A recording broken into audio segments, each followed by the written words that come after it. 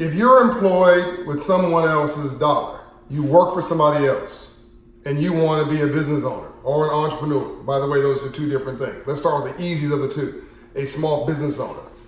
It's easier being a small business owner typically than being an entrepreneur. An entrepreneur creates something from whole cloth, from out of nothing, creates value. A small business owner can be a franchise store owner, etc. But if you want to be a small business owner, which is enough, gainfully employed, self-employed, but you work for somebody else right now, when do you start that business? Answer, probably later than you think. If you work for somebody else, and you've been working there, federal employee called me this morning, been working for the federal government for 30 plus years, used to that pension accumulating, used to that benefit, takes health insurance for granted, used to the paycheck every 2 weeks, all good by the way, used to 2 weeks vacation or 3 a year, used to going home at 5 o'clock, used to having infrastructure and support, used to not paying for the lights to come on and off, used to not paying for the air conditioning that changes at the flick of a button, used to great infrastructure, used to not paying for parking, used to not paying sometimes for lunch, used to not having to subsidize their travel. They maybe have a stipend for travel.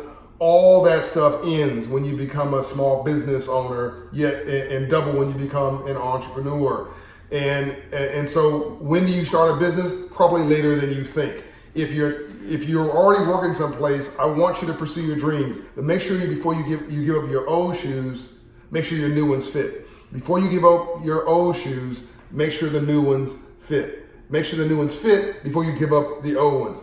And what I really suggest you do is that your 9-to-5 job, give it all you got. Don't show up half pregnant to work. Don't show up giving half commitment at work. Show up giving it everything you got. The Bible says, be hot or be cold. If you're lukewarm, I'll spat you out. Translation, if you're,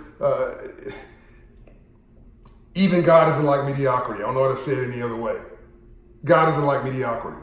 Be hot or be cold. Don't be in the middle. So you show up, if somebody's paying you for 9 to 5, give them 9 to 5, 100%.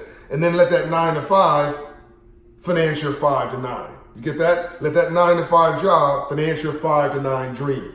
Do that business part-time in the evening. Give them everything that you contracted for during the day. Come home in the evening and let that part-time dream take hold, financed by your employer effectively, financed by the health insurance that you got effectively at the employer, financed by the car stipend. In other words, not financed by, subsidized by. So you're getting these subsidies from your current employer, think about it this way, to prepare you for your future dream. Don't cheat your former employer by, and I've had employees do this to me, working on your dream at the job. That's wrong. Don't make me pay for your dream. I'll resent it later, and you'll never get a good reference from me. You never get good energy from that. It won't work out. The karma's going to be all wrong. So give your employer everything they got on your break, work in your weekends, work on your business plan in the evening, and then launch your business, provided it's not in conflict with your employer, and let your 9 to 5 finance your 5 to 9 dream. And this particular person who worked for the federal government found out that their movement, their work could be done in the evening and on weekends. That the client, for what they wanted to promote, which is not in conflict with their day job, actually would be accessing them in the evenings and the weekends, which is not when they're working for their federal employer. So it's win-win. And I actually believe that in time, this particular person, what they do want to do as far as their own personal business, which is also a bit of a ministry, will benefit their employer in time. But that's another story and another video down the road. Hope you like this. Let me know what you think about these short How You Come Up series videos.